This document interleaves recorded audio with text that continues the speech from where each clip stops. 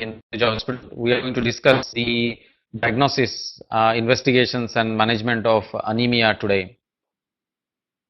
Anemia is condition where number of red blood cells are reduced in the blood and hence hemoglobin is low. So there is a normal range of hemoglobin in women and men. In men it is between 13.5 and 15.5 and it is between 12.5 and 14.5. If you have reduced hemoglobin, it is called anemia. It is either detected in a routine blood count when patients go for blood tests because of other things like blood pressure or diabetes, for example, or when the person presents with tiredness or symptoms of anemia like breathlessness or shortness of breath. Anemia is actually a sign of underlying disease process rather than the disease itself, and we are going to discuss what those problems are. Blood is comprised of two parts, a liquid part called plasma and a cellular part. A cellular part contains several different types of cells. One of the most important and most numerous cell types are red blood cells. The other cell types are white blood cells, platelets. Each of those cells have their own job. Red blood cells, as all other cells, are produced in the bone marrow and they come into the blood pool and do their job of carrying the oxygen to different parts of the body, and their lifespan is 120 days, and then the new cells come in and this process is going on every day all the time. Patients who are anemic do not have adequate number of red blood cells and hence do not carry sufficient amount of oxygen to the organs, and hence patients feel tired or short of breath to get more oxygen. They cannot do their day-to-day activities because of this problem.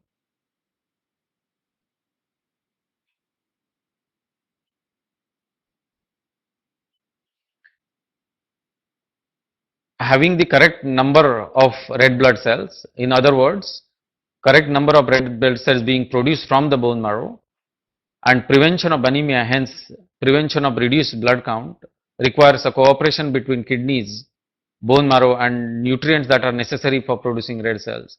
So kidneys secrete erythropoietin hormone which stimulates the bone marrow to produce the red cells or signals the bone marrow to produce the red cells or hemoglobin.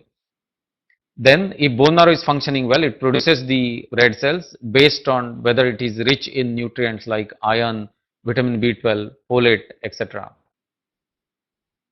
Hence the causes of anemia could be either because of the kidney disease which is not able to produce the erythropoietin to signal the bone marrow to produce red cells, or the bone marrow problem itself, or patients are deficient in nutrients like B12, folate, etc.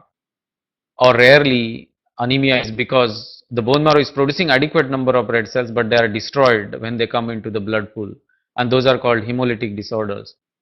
One of the commonest cause of iron deficiency anemia is either patient is not taking adequate amount of iron or is not absorbed adequately in the food pipe, or patients are losing excessive amount of blood and hence losing the iron. Rarely anemia could be because of reduced production of red cells from the bone marrow as happens in patients with leukemia or aplastic anemia.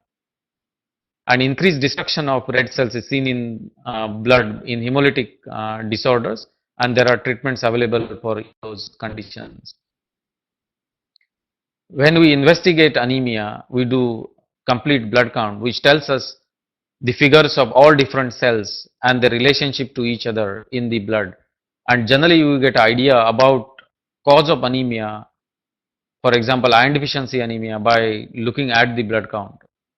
Rarely if anemia is thought to be related to bone marrow related condition, then a bone marrow examination is necessary both to confirm the problem and also to monitor. When anemia occurs, the symptoms are generally related to how quickly the anemia occurs or how quickly the patient has reduced their hemoglobin. So if your hemoglobin is 14 and if you drop your hemoglobin from 14 to 12 in a matter of hours, you will be very symptomatic or you will have more symptoms compared to patients who drop their hemoglobin by 6 or 7 grams over a period of 2 years because they get used to low hemoglobin. So patients with iron deficiency anemia, because they are not able to absorb iron very well, if they have hemoglobin of 2 or 3 which is occurred over a period of years, they are generally not very symptomatic. However, patients who with hemoglobin of 8 who have dropped their hemoglobin in a matter of hours, they will be more symptomatic.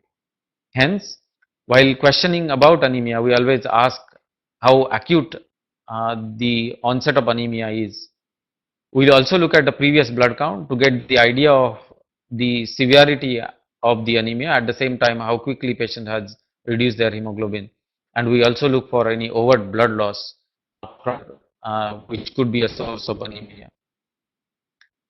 As we previously mentioned, the treatment of anemia depends on what is the cause of anemia. For example, if iron deficiency is the cause of anemia, then we give iron replacement. If B12 or folate deficiency is the cause of anemia, then we replace B12 or folate. If cause of anemia lies in the bone marrow, then it needs treatment by treating the underlying condition in the bone marrow, for example, leukemia, aplastic anemia, or in elderly people, myelodysplastic syndrome.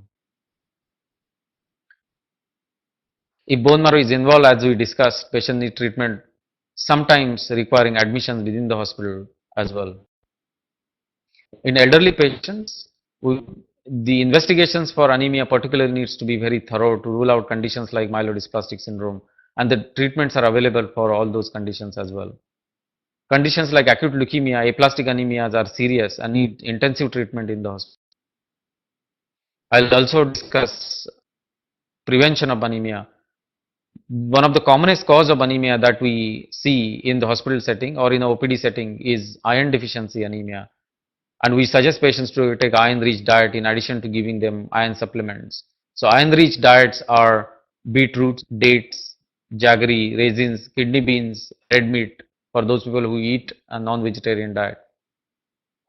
Those patients who are B12 folate deficient are generally vegetarians because vegetarian diet does not contain B12 and folate in a large amount. In those patients, you require replacement in the form of medicines, either in the form of tablets or injections. I would take any questions if you have related to anemia or any subject in relation to deficiencies leading to anemia.